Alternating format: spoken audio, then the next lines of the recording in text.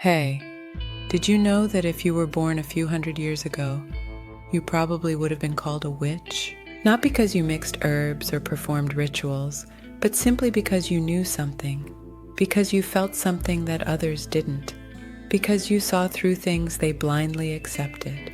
Real witches were people who recognized their own power.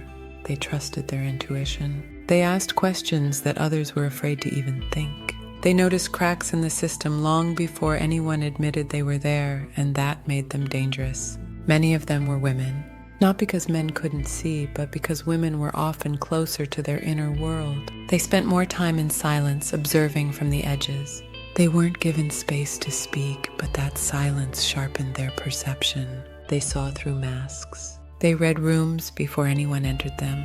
They felt the weight of lies before words were even spoken. They became the ones who noticed too much. Not better, just inconvenient. Because when you see clearly, but refuse to play along, you become a problem in a world that depends on pretending. Reading used to be forbidden too, not because books were dangerous, but because they could plant a single idea that unraveled the whole structure.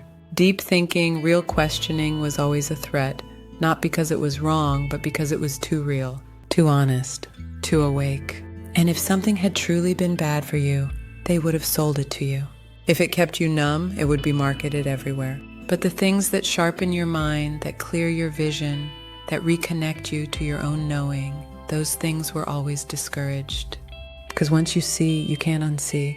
You don't have to follow the herd. You don't have to keep pretending you don't notice what's going on.